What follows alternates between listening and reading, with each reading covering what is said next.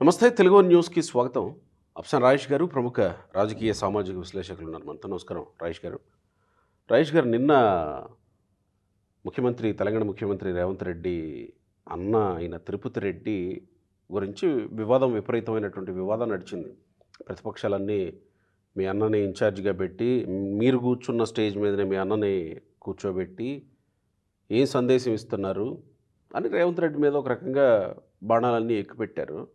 సరే, ఇదంతా ఒక చర్చ అయితే, నిన్న ఆయన ఒక మీడియా ప్రతినిధి అడిగిన ప్రశ్నకి, కొడంగల్ని మీరు ఇన్ఛార్జిగా ఉంటున్నారు కదా, కొడంగల్ని భవిష్యత్తులో ఎలా చూడొచ్చు అనే ప్రశ్నకి చంద్రబాబు నాయుడు గారు మమ్మల్ని కొడంగల్కి పంపించారు.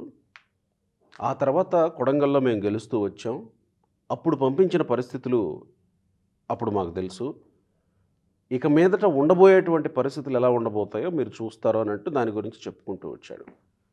అంటే చంద్రబాబు నాయుడు రేవంత్ రెడ్డిని కొడంగల్కి పంపించడం అని అంటే, రేవంత్ రెడ్డి ప్రస్థానంలో కొడంగల్ పాత్ర, లేదా తెలంగాణ ముఖ్యమంత్రి వరకు ఎదగడంలో కొడంగల్ పాత్రని మనం ఒకసారి మాట్లాడుకోవచ్చా? అంటే ఇక్కడ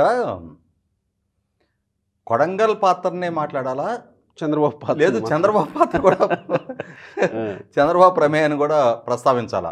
అంటే అసలు ఆయన కొడంగల్కి పంపించడంలో ఈయన పాత్ర ఏంటి, ఎందుకు పంపించారు కొడంగల్కి అనేది కూడా మాట్లాడుకోవాలి. ఇప్పుడు రాజకీయాల్లో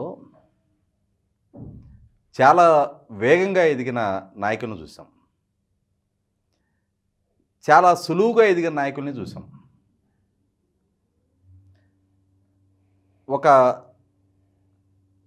అంటే తన ప్రతిభా పాటవాలతో, తన రెక్కల కష్టంతో సుదీర్ఘ రాజకీయ ప్రస్థానం సాగించిన నాయకుల వారసులుగా చాలా సులువుగా రాజకీయ అవకాశాలు దక్కించుకున్న వాళ్ళని చాలామందిని చూస్తూ ఉన్నాం మనం. ఇదే సందర్భంలో చాలా వేగంగా ఎదిగిన నాయకుడిగా రేవంత్ రెడ్డిని చెప్పుకోవాలి మనం. తను విద్యార్థి రోజుల్లో హిందూ భావజాలంతో ఏబీవీపీ విద్యార్థి సంఘం తరఫున కార్యకలాపాల్లో పాల్గొన్న తెలంగాణ ఉద్యమ సమయంలో టీఆర్ఎస్ నుంచే తన రాజకీయ ప్రస్థానం మొదలైంది. 2006లో టీఆర్ఎస్ నుంచి జెడ్పీటీసీ సభ్యుడిగా మొట్టమొదటిగా ఎన్నికవడం జరిగింది. ఆ తర్వాత ఎమ్మెల్సీగా ఇండిపెండెంట్గా తను ఎన్నికవడం జరిగింది. ఇక్కడ గమనించుకోవాల్సింది ఏంటి అంటే, తను జెడ్పీటీసీ సభ్యుడిగా ఎన్నికైన రోజైనా, తను ఇండిపెండెంట్ ఎమ్మెల్సీగా ఎన్నికైన రోజైనా, ఆ రోజుల్లో డాక్టర్ వైఎస్ రాజశేఖర రెడ్డి గారి కాంగ్రెస్ ప్రభుత్వం రాష్ట్రంలో కొనసాగుతూ ఉంది. కాంగ్రెస్ పార్టీ తరఫున చాలా బలమైన నాయకుడిగా రాజశేఖర రెడ్డి గారు కేంద్రంలో, రాష్ట్రంలో కూడా ఆవిర్భవించిన రోజుల్లో, సహజంగానే ఆ రోజుల్లో రాజకీయంగా ఎదగాలి అనుకునే వాళ్ళు అధికార పక్షం పంచం చేస్తారు. కానీ రేవంత్ రెడ్డి గారు అధికార పార్టీ పక్కన కాకుండా ఆ రోజు ప్రతిపక్షంలో ఉన్న తెలుగుదేశం పార్టీని ఆశ్రయించారు. ఇండిపెండెంట్గా ఎమ్మెల్సీగా ఎన్నికైన తర్వాత తెలుగుదేశం పార్టీలో జాయిన్ కావడం జరిగింది. అంటే ఆయన గెలుపుకి కూడా తెలుగుదేశం పార్టీకి ఉన్న సంఖ్యాబలం దోహదం చేసింది. దోహదం చేసిన ఇవాళ ఇటు నెగ్గి అటు దూకుతున్న నాయకులను చూస్తున్నాం మనం. నా గెలుపుకి తెలుగుదేశం పార్టీ దోహదం చేసింది కదా అని చెప్పని తెలుగుదేశం పార్టీ పట్ల లాయల్టీ ప్రదర్శించాల్సిన అవసరం లేదు. అప్పుడు అధికారంలో కాంగ్రెస్ ఉంది కాబట్టి కాంగ్రెస్ని ఆశ్రయించవచ్చు. కానీ తను ప్రతిపక్షంలో తెలుగుదేశం పార్టీని ఎంచుకోవడం జరిగింది. అంటే ఇక్కడ వ్యూహాత్మకంగా తెలుగుదేశం పార్టీని ఎంచుకున్నారా? ఎందుకంటే తన మీద తనకున్న నమ్మకంతో, తనకున్న వాగ్దాటి, విషయ పరిజ్ఞానాన్ని రుజువు చేసుకోవడానికి ప్రతిపక్షంలో ఉంటేనే ఎక్కువగా ఆస్కారం దక్కుతుంది. అధికార పక్షంలోకి వెళ్తే గుంపులో గోవింద. అలా కాకుండా ప్రతిపక్షంలో కనుక అవకాశం దక్కించుకుంటే, ప్రతిపక్షం తరపున ప్రభుత్వాన్ని ప్రశ్నించుతూ తన వాగ్దాటిని ప్రదర్శించి తన నైపుణ్యాన్ని ప్రజలకి పరిచయం చేసుకోవడానికి ఒక ఆస్కారం, తన పోరాట పటిమని ప్రదర్శించుకోవడానికి ఒక ఆస్కారం దక్కుతుందనే ఉద్దేశంతో కావచ్చు. ఏదేమైనా సరే తెలుగుదేశం ఎమ్మెల్సీగా తన ప్రస్థానం మొదలై, అంటే ఇండిపెండెంట్ నుంచి తెలుగుదేశం ఎమ్మెల్సీగా రూపాంతరం చెందిన తర్వాత 2009 అసెంబ్లీ ఎన్నికల నాడు ఆ రోజు టీఆర్ఎస్, తెలుగుదేశం, కమ్యూనిస్టులు కలిపి మహాకూటమిగా పోటీ చేస్తున్న సందర్భంలో 2009 ఎన్నికల్లో తను కొడంగల్ నుంచి తెలుగుదేశం అభ్యర్థిగా మొట్టమొదటిసారిగా పోటీ చేయడం జరిగింది. ఆ ఎన్నికల్లో నెగ్గటం జరిగింది. అయితే ఆ ఎన్నికల్లో కూడా రాజశేఖర రెడ్డి గారే ముఖ్యమంత్రిగా నెగ్గటం, ప్రభుత్వం ఏర్పాటు చేయటం. అప్పుడు ఆనాటి కాంగ్రెస్ ప్రభుత్వాలకు వ్యతిరేకంగా చాలా బలంగా ప్రతిపక్షం తరపున గొంతు వినిపించిన శాసనసభ్యుల బృందంలో ఆ రోజు తెలుగుదేశం నుంచి కొంత యంగ్ టీం ఉండేది. పయ్యావుల కేశవ్ గారు, దూల్పల్లి నరేంద్ర గారు, దేవినేని ఉమా గారితో పాటు కలిసి రేవంత్ రెడ్డి గారు ఈ నలుగురు ఒక బృందంగా ఆనాటి ప్రభుత్వాన్ని చాలా చికాకు పెడుతూ అసెంబ్లీలో కూడా చాలా సూటిగా స్పష్టంగా ప్రసంగిస్తుండేవాళ్ళు, అంశాన్ని ప్రస్తావిస్తుండేవాళ్ళు. ఆ ఎన్నికల్లోనే కదా కొడంగల్కి పంపించింది రేవంత్ రెడ్డి. అవును. యాక్చువల్గా కొడంగల్ కాదు. వాస్తవంగా రేవంత్ రెడ్డి గారు కల్వకుర్తి ప్రాంతానికి సంబంధించిన అంటే స్థానికంగా కల్వకుర్తి ప్రాంతానికి సంబంధించిన వాడు. తనల్ని కొడంగల్ నుంచి పోటీ చేయించడం అప్పుడు నియోజకవర్గాల పునర్వ్యవస్థీకరణ జరిగింది 2009లో. అంతకుముందు కొడంగల్ నియోజకవర్గం లేదు. కొడంగల్ నియోజకవర్గం నుంచి మొట్టమొదటగా చంద్రబాబు నాయుడు గారు తనకు అవకాశం కల్పించడం జరిగింది. ఆ కల్పించిన అవకాశాన్ని సద్వినియోగం చేసుకొని తనను తాను రుజువు చేసుకుంటా తెలుగుదేశం పార్టీలో కూడా ఉభయ రాష్ట్రాల్లో, అంటే అప్పటికి ఉమ్మడి రాష్ట్రంగానే ఉంది, ఆంధ్ర ప్రాంతంలో తెలంగాణ ప్రాంతంలో కూడా చాలా విస్తృతమైన అభిమానుల్ని తను సంపాదించుకోవడం జరిగింది. తన ఏజ్ పరంగా, తన వాగ్దాటి పరంగా, సూటిగా స్పష్టంగా అంశాలు ప్రస్తావించడం పరంగా, తను సెటైరికల్గా ప్రసంగించే తన నేపథ్యంతో తనకి తాను చాలా వేగంగా ఎదిగాడు. తెలుగుదేశం పార్టీ కూడా అటువంటి అవకాశాలు కల్పిస్తూ వచ్చింది. ఇటువంటి పరిస్థితుల్లో టీఆర్ఎస్ పార్టీని చాలా సూటిగా స్పష్టంగా టార్గెట్ చేస్తున్న తన నైజం ఆ రోజుల్లో టీఆర్ఎస్ని విభేదించే ఆంధ్ర ప్రాంతంలో తనకి చాలా విస్తృతమైన అభిమానుల్ని పెంచింది. ఆ తర్వాత 2014 ఎన్నికల్లో కూడా తెలుగుదేశం నుంచి కొడంగల్ నుంచి మళ్ళీ తిరిగి ఎన్నిక కావడం జరిగింది. కానీ తర్వాత రోజుల్లో చంద్రబాబు నాయుడు గారు ఆంధ్రప్రదేశ్ రాష్ట్ర ముఖ్యమంత్రిగా బాధ్యతలు చేపట్టిన నేపథ్యంలో టీఆర్ఎస్ ద్వారా తెలుగుదేశం శాసనసభ పక్షం ఒక రకంగా టార్గెట్కి గురైంది. ఆ టీఆర్ఎస్ విసిరిన ఆపరేషన్ ఆకర్ష్ ప్రభావంతో తెలుగుదేశం నుంచి చాలామంది శాసనసభ్యులు ఫిరాయించినా కూడా వీలున్నంత వరకు తెలుగుదేశం పక్షాన్ని నిలబడున్న రేవంత్ రెడ్డి గారు తర్వాత చంద్రబాబు నాయుడు గారితో మాట్లాడి గత్యంతరం లేని పరిస్థితుల్లో తాను కాంగ్రెస్ పార్టీని ఆశ్రయించాల్సిన పరిస్థితులు ఉత్పన్నమయ్యాయని చెప్పని తానే చెప్పడం జరిగింది. అంటే నేను టీఆర్ఎస్కి వ్యతిరేకంగా పోరాటానికి సిద్ధంగా ఉన్నా, తెలుగుదేశం ఇక్కడ తన మూలాలు కోల్పోతున్న నేపథ్యంలో నేను టీఆర్ఎస్తో పోరాటం చేయటానికి నాకు ఒక బలమైన పునాది ప్లాట్ఫామ్ కావాల్సిన అవసరం రీత్యా నేను కాంగ్రెస్ని ఎంచుకుంటున్నా అని చెప్పని తను తెలుగుదేశాన్ని వీడి కాంగ్రెస్ పార్టీలో చేరినా కూడా తెలుగుదేశం శ్రేణుల్లో పెద్ద వ్యతిరేకత రాలా.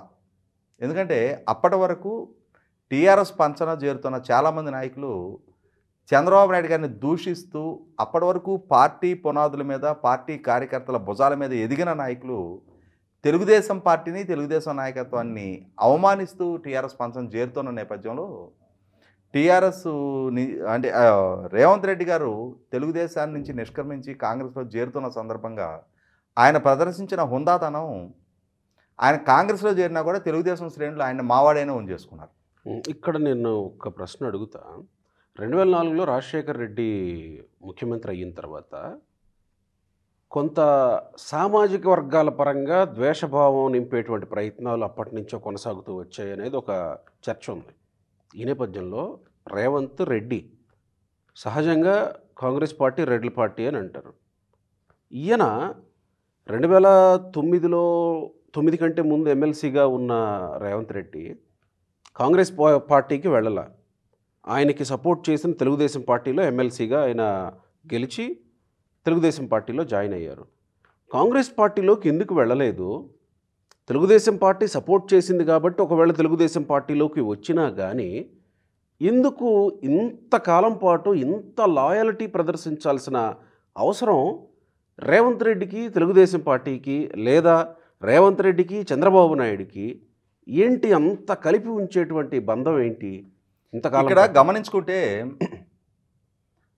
ఆంధ్ర ప్రాంతంలో కులాల కుమ్ములాటలు ఉన్నంతగా తెలంగాణ ప్రాంతంలో కులాల కుమ్ములాటలు ఉండేవి కాదు.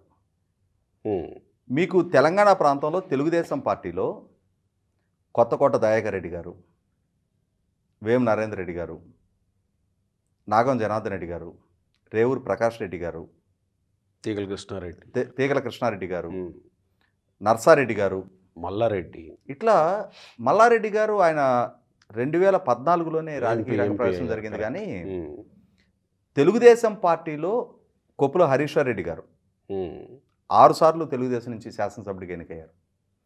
చాలా సుదీర్ఘ నేపథ్యం ఉండి ఇనగాల పెద్దిరెడ్డి గారు, తెలుగుదేశం పార్టీతోటి ముద్దసాని దామోదర్ రెడ్డి గారు, రావుల చంద్రశేఖర్ రెడ్డి, రావుల చంద్రశేఖర్ రెడ్డి గారు, ఇలా సుదీర్ఘ తెలుగుదేశం పార్టీతోటి అనుబంధం ఉండి తెలుగుదేశం పార్టీ పట్ల చివరి వరకు కొనసాగిన లాయల్టీ కలిగిన నాయకత్వం తెలుగుదేశం పార్టీలో రెడ్డి సమాజ వర్గం నుంచి ఉండేవారు. ఆంధ్ర ప్రాంతంలో కులాల పరమైన పోలరైజేషన్ జరిగినా కూడా తెలంగాణ ప్రాంతంలో ఆ కులాల జాడ్యం తక్కువ.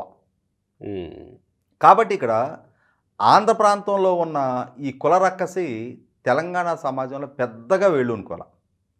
ఇక్కడ రాజకీయపరమైన సిద్ధాంతాల ప్రాతిపదికగా ఆ పార్టీ లాయల్టీ ప్రాతిపదికగానే ఇక్కడ రాజకీయాలు కొనసాగినాయి. కొంత ఉండుండొచ్చు ఈ ఆంధ్ర ప్రాంత ఈ కులాల జాడ్యం తెలంగాణ ప్రాంతంలో కొద్దిపాటి ఆ ఫ్యాక్టర్ పనిచేసి ఉండొచ్చేమో. కానీ తెలంగాణ ప్రాంతంలో కూడా కులాల పరమైన పోలరైజేషన్కి అయితే అవకాశం జరగల. ఉమ్, అటువంటి పరిస్థితుల్లో తెలంగాణ ప్రాంత నాయకుడిగా ఉన్న రేవంత్ రెడ్డి గారు తన పార్టీ లాయల్టీకే ప్రాధాన్యత ఇచ్చారు, తన ఇంటెగ్రిటీ కాపాడుకోవడానికే ప్రాధాన్యత ఇచ్చారనేది వాస్తవం. అదే ఆయన్ని కాంగ్రెస్ పార్టీలో చేరిన తర్వాత కూడా ఆ రాజీ లేని పోరాట తత్వాన్ని ప్రదర్శించగలిగే నాయకుడిగానే తనకు ఆ హీరోయిక్ వర్షిప్ వచ్చింది. కాంగ్రెస్ పార్టీలో తనకన్నా సుదీర్ఘ అనుభవం ఉండి కాంగ్రెస్ పార్టీలో దశాబ్దాల తరబడి కొనసాగుతూ ఉన్న నాయకులు ఉన్నా కూడా అంత వేగంగా తను చాలా వేగంగా పీసీసీ అధ్యక్షుడి స్థాయికి ఎమర్జ్ అయ్యారు అని అంటే ఆ ప్రదర్శించిన ఫైటింగ్ స్పిరిటు, తన వాగ్దాటి, లాయల్టీ, ఆ లాయల్టీయే కారణం. అంటే చంద్రబాబు నాయుడు గారు అనుకుని ఉండవచ్చా ఆ టైంలో, ఎమ్మెల్యే టికెట్ ఇస్తున్న టైంలో ఈయన ఈ స్థాయి లీడర్ అవుతాడేమో, లేదా లీడర్గా ఎదుగుతూ వస్తున్న క్రమంలో అనుకుని ఉండవచ్చా? ఇక్కడ గమనించుకుంటే నాకు చంద్రబాబు నాయుడు గారికి రేవంత్ రెడ్డి గారికి మధ్య చాలా సారూప్యతలు కనిపిస్తాయి. విద్యార్థి నాయకుడిగా వెంకటేశ్వర యూనివర్సిటీ విద్యార్థి సంఘ అధ్యక్షుడిగా రాజకీయ ప్రస్థానాన్ని ప్రారంభించిన చంద్రబాబు నాయుడు గారు 1978లో వారు మొట్టమొదటిసారి ఎమ్మెల్యేగా ఎన్నికయ్యారు. తర్వాత రోజుల్లో అంటే ఆయనకేం రాజకీయ వారసత్వం లేదు, పెద్ద పారిశ్రామికవేత్తలో కోటీశ్వర్ల కుటుంబం కాదు, గ్రామీణ నేపథ్యం ఉండి రైతు కుటుంబం నుంచి విద్యార్థి సంఘ రాజకీయాల ద్వారా ఎదిగిన చంద్రబాబు నాయుడు గారిని కాంగ్రెస్ పార్టీ ఆయనలో ఉన్న ప్రతిభని, నాయకత్వ లక్షణాన్ని గుర్తించి 1978లో అవకాశం కల్పించిన తర్వాత 1980లో ఆయన మంత్రిగా ఉన్న రోజుల్లో ఎన్టీ రామారావు గారి అమ్మాయితోటి వివాహం జరిగింది. అంటే చాలామంది ఏమనుకుంటారంటే ఎన్టీ రామారావు గారు అల్లుడు కాబట్టి చంద్రబాబు నాయుడు గారు రాజకీయంగా ఎదిగారు అనుకుంటారు. రాజకీయాల్లో తన స్వయం శక్తితోటి ఎదిగి మంత్రి హోదాలో ఉన్న చంద్రబాబు నాయుడు గారికి ఎన్టీ రామారావు గారి అమ్మాయితోటి వివాహం జరిగింది. కాబట్టి ఎన్టీ రామారావు గారి వల్ల చంద్రబాబు నాయుడు గారు ఎదగల. ఇక్కడ గమనించుకోవాల్సింది ఏంటి అంటే 1978లో మొట్టమొదట శాసనసభ్యుడిగా ఎన్నికైన చంద్రబాబు నాయుడు గారు ఆ తర్వాత 17 సంవత్సరాలకి 1995లో ముఖ్యమంత్రి అయ్యారు. అలాగే 2006లో ఇలాగే గ్రామీణ నేపథ్యం ఉన్న కుటుంబం నుంచి ఎదిగొచ్చిన రేవంత్ రెడ్డి గారు 2006లో మొట్టమొదటిసారి జడ్పీటీసీకి ఎలక్ట్ అయిన తర్వాత సరిగ్గా 17 సంవత్సరాలకి ఆయన కూడా 2023లో ఆయన కూడా ముఖ్యమంత్రిగా ఎన్నిక కావడం జరిగింది. అంటే వీరిరువురు మధ్య ఉన్న సారూప్యత చెప్తున్నారు. ఇరువురు రాజకీయ వారసత్వం నుంచి ఎదగల, ఇరువురు వారి వారి శక్తి సామర్థ్యాలని రుజువు చేసుకుని అవకాశాలు దక్కించుకున్నారు. అవకాశాలు దక్కించుకున్న తర్వాత ఇరువురికి కూడా వారి మొట్టమొదటి ఎన్నికల విజయం నమోదైన తర్వాత 2017 సంవత్సరాల తర్వాత ఇరువురికి ముఖ్యమంత్రికి అవకాశం దక్కింది. ఇక్కడ ఇరువురి జీవితంలోనూ ఒక ఓటమి చవి చూశారు. 1983లో చంద్రబాబు నాయుడు గారు ఎన్నికల్లో ఓడిపోయారు. 2018లో రేవంత్ రెడ్డి గారు కూడా ఎన్నికల్లో ఓటమి చూశారు. ఆ తర్వాత మళ్ళీ ఇరువురు విజయాలు దక్కించుకున్నారు. కాకుంటే ఏమవుద్దంటే చంద్రబాబు నాయుడు గారికి 28వ సంవత్సరంలోనే అవకాశం దక్కితే రేవంత్ రెడ్డి గారికి 38వ సంవత్సరంలో అవకాశం దక్కింది మొట్టమొదటి ఎన్నికల్లో నెగ్గటానికి. ఈయనకి మరీ ఎర్లీ ఏజ్లో అవకాశం దక్కింది, ఆయనకి కొంచెం లేటుగా. ఏదేమైనా సరే ఇరువురిని స్వయం ప్రకాశితులుగానే చెప్పుకోవచ్చు. ఇరువురికి ప్రజల నుంచి ప్రత్యక్షంగా ఎన్నికయ్యే వచ్చారు. స్థానిక సంస్థల ఎన్నికల్లో ఎమ్మెల్సీకి ఎన్నికైనా అది ప్రత్యక్ష ఎన్నికే. సో ఆయన రేవంత్ రెడ్డి నామినేటెడ్ పోస్ట్ కాదు అది. కాబట్టి ఏంటంటే ఇక్కడ కొడంగల్లులో చంద్రబాబు నాయుడు గారు ఇచ్చిన అవకాశాన్ని చంద్రబాబు నాయుడు గారు పార్టీ అధ్యక్ష బాధ్యతలు స్వీకరించిన తర్వాత తెలంగాణ 119 నియోజకవర్గాల్లో చాలామందికి అవకాశాలు ఇచ్చారు. చాలామంది ఆ పార్టీ నుంచి అవకాశాలు దక్కించుకున్నారు. చాలామంది రాజకీయాల్లో కొనసాగుతున్నారు, చాలామంది కనుమరుగైపోయారు.